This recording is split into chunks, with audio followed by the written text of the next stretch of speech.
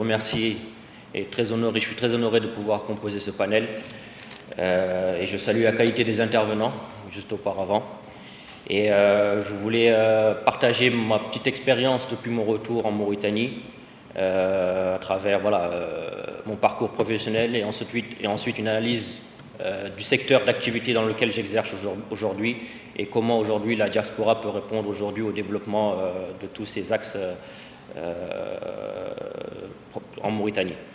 Donc je suis de cette diaspora qui est née et grandie en Mauritanie. J'ai eu tout mon parcours académique en Mauritanie et je suis parti pour des études en France auxquelles j'ai pu faire 14 ans d'expérience. Mon premier retour en Mauritanie s'est fait juste après mes études, donc c'était quelque chose que je tenais à cœur de pouvoir rentrer après mes études et je me suis vite rendu compte que c'était peut-être trop tôt. Trop tôt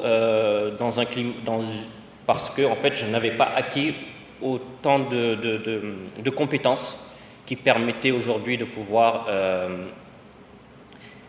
exercer et surtout rendre un peu un savoir-faire que j'aurais pu acquérir en France. Je suis venu après mes études, je me suis heurté à toutes ces difficultés et ça m'a permis de repartir après ce passage et d'acquérir vraiment une expérience beaucoup plus aboutie dans des grands groupes, des majors de la construction. Et c'est par choix que j'ai fait ce retour après 14 ans d'expérience en Mauritanie. L'analyse que j'ai pu faire aujourd'hui sur le secteur du BTP, c'est qu'on a un gros déficit normatif. Aujourd'hui, beaucoup d'entrepreneurs se lancent aujourd'hui dans ce secteur d'activité et on n'a pas une analyse vraiment claire des acteurs que représente aujourd'hui le bâtiment et qui génère énormément d'emplois, qui génère énormément de chaînes de valeur sur plusieurs compétences. Et c'est ainsi qu'aujourd'hui j'ai essayé d'apporter ma pierre à l'édifice en essayant de venir entreprendre. Entreprendre, je suis ingénieur d'abord et ensuite entreprendre.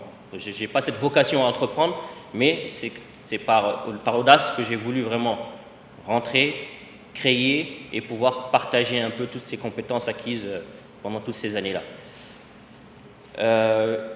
La difficulté sur laquelle on s'est heurté aujourd'hui, c'est vraiment de la visibilité quand on est à l'étranger, de savoir quelles sont les opportunités. On est en Mauritanie, dans un secteur où on voit bien évidemment tout le monde se lancer dans le bâtiment, mais comme je disais, sans vraiment comprendre quels sont les différents acteurs, quelles sont les différentes composantes de ce secteur d'activité.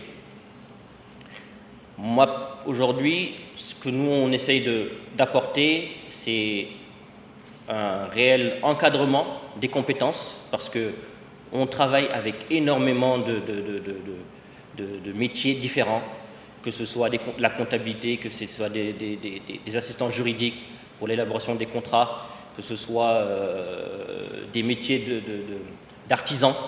Et on force l'écoute pour connaître vraiment les réalités du terrain. Tout ce qu'on a acquis nous sert éventuellement de bagage.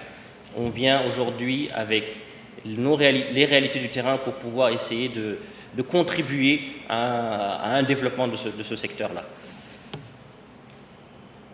Pour aller vraiment on peut faire une analyse très longue de tout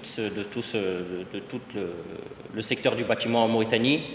Ce que je souhaite noter surtout, c'est comme on disait, les capitaux venant de l'étranger qui pour la plupart investissent en Mauritanie pour des besoins de construction, que ce soit pour des maisons de résidence principale, que ce soit pour des investissements.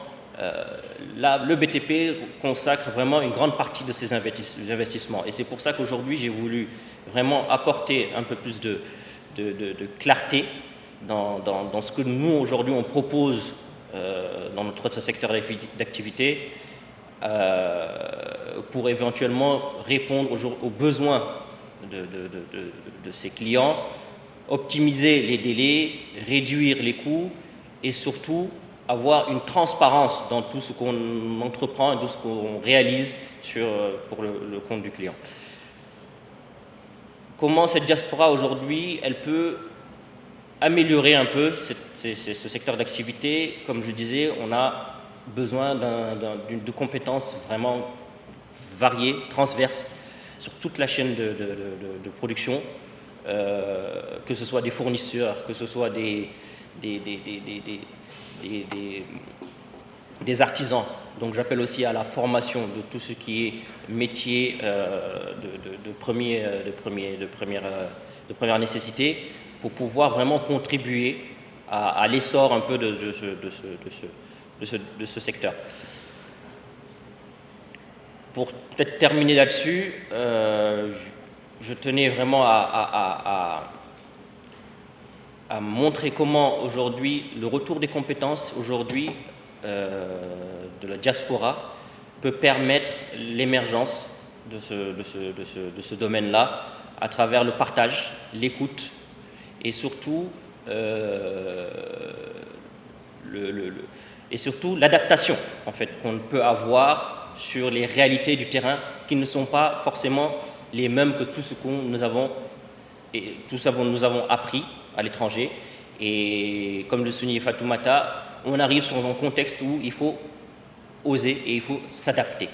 Et ça fait partie de toutes les qualités que on a pu acquérir tout au long de ces années à l'étranger, à travers des projets complexes, à travers de la rigueur, à travers de l'optimisation de tout ce qui est outils de travail.